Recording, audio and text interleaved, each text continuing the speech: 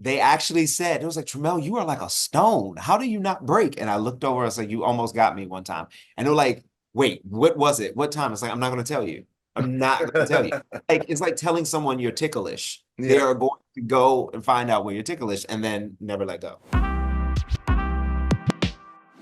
Now I want to properly jump into some more detailed responses about that first half of the season. Okay. Mr. Milchick gets a promotion, but it's almost like a bittersweet promotion. Is it a very complicated set of scenarios? How Mhm. is he feeling when he first gets that? Well, it's interesting because it's complicated because you look at season one, at the end of season one, I remember Cobell said something to the effect that, did Milchick turn me in? Right? Because Cobell gets fired. And he's the one who ushers her out. But that question is never answered. So we don't know if Cobell has been moved out because of her own volition or her own actions, or if it's because Milchick went to the board and said, no, this is what she's doing and pushed her on out.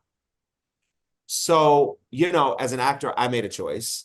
And now, given this new responsibility, because I have not really been fully trained in this level to have this leadership position, the tension is high.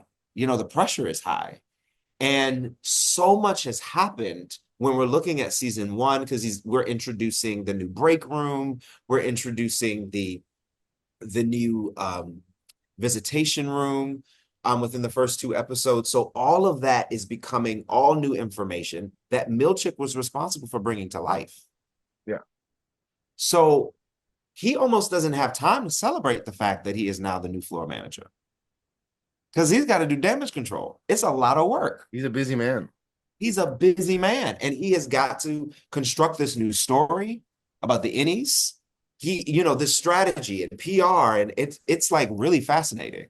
Mhm. So he's 10 toes down. He's in it. How was it like working alongside with Miss Wong, a child who seems to tell everyone else in the building, and you can kind of see her getting under your skin a little bit, but Yeah. Yeah. it's hidden pretty well. But how does he feel about that dynamic? It is revealed that it's a fellowship at some point, so we finally Right. get some information. Right. The age-old question that comes up through the first few episodes is like, where did she come from? Who is she?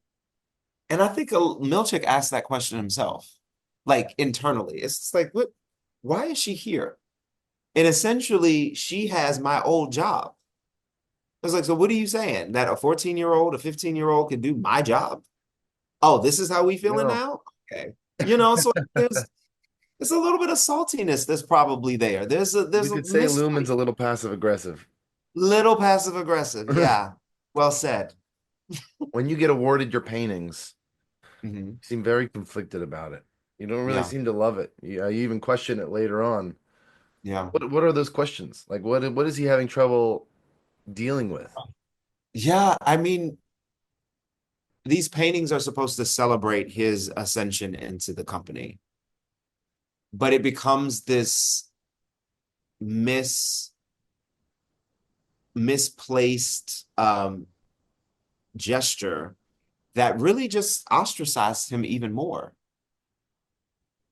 This is, it is very clear that Milchick is very knowledgeable of his blackness. He knows who he is. And this corporation, when you see the people walking through, I mean, there seems to be people of color there every now and then, but I gather to think that there aren't a whole lot of people of color in the positions that Natalie occupy and that now Milchick occupies. So he's now in this new position. He gets these pretty offensive paintings. They're essentially blackface. And it is conflicting because he's now expected to receive them with grace right there on the spot, while another one of his colleagues, who's also identifies, or I think identifies as a person of color, has received the same paintings and is giving me this pained look like you just got to suck it up and deal. And now, because he's been othered, he's now has the responsibility of trying to figure out what is he going to do with this, if anything. And we see that in the moment, he just decides to put it away. Yeah.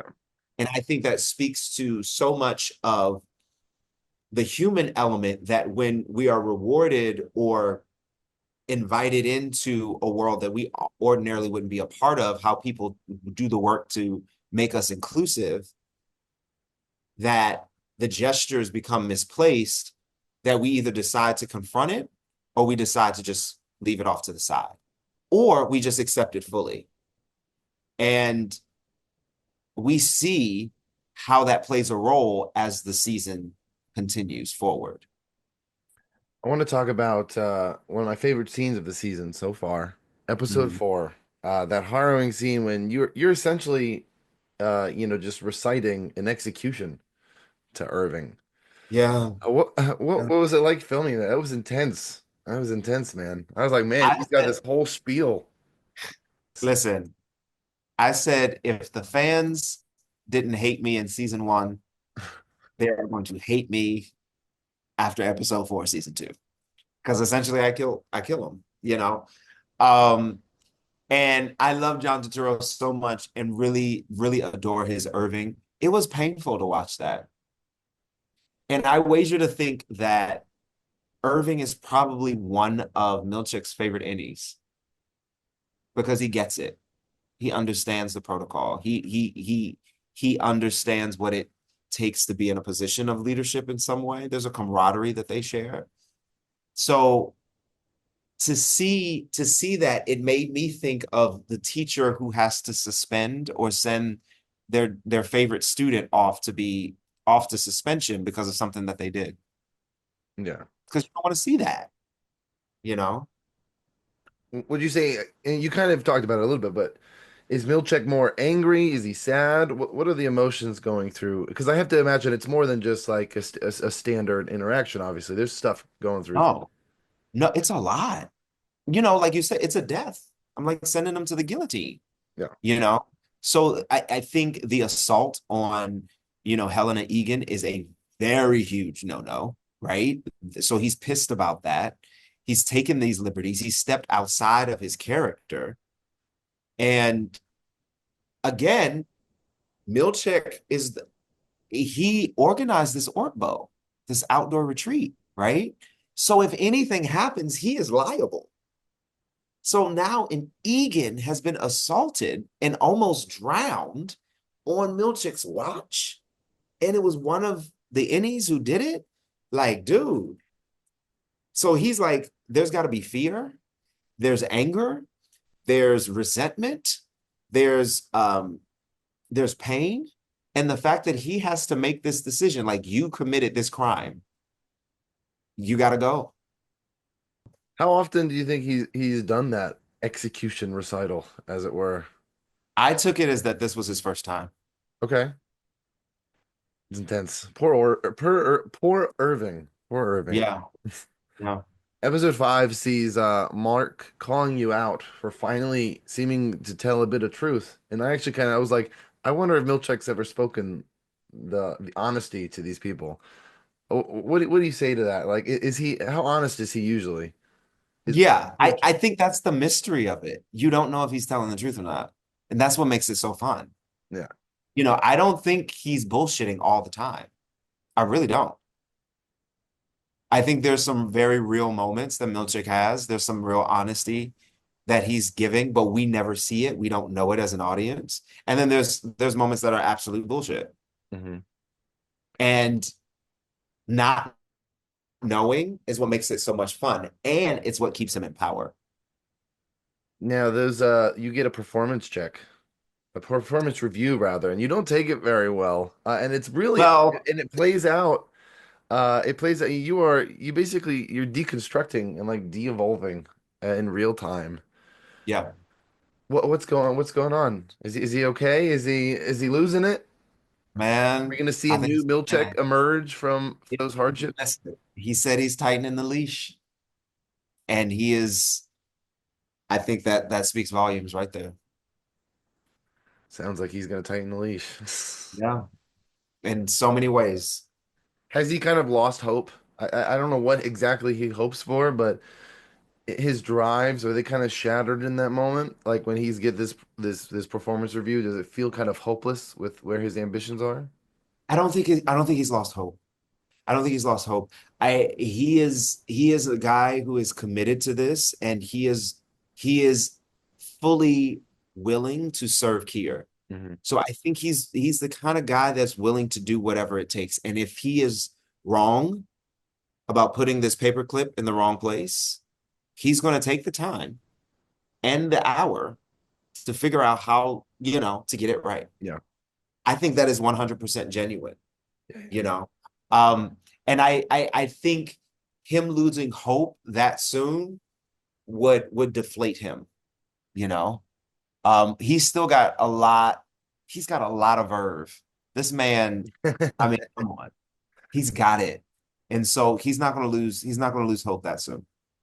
I'm gonna try to squeeze in three more questions here.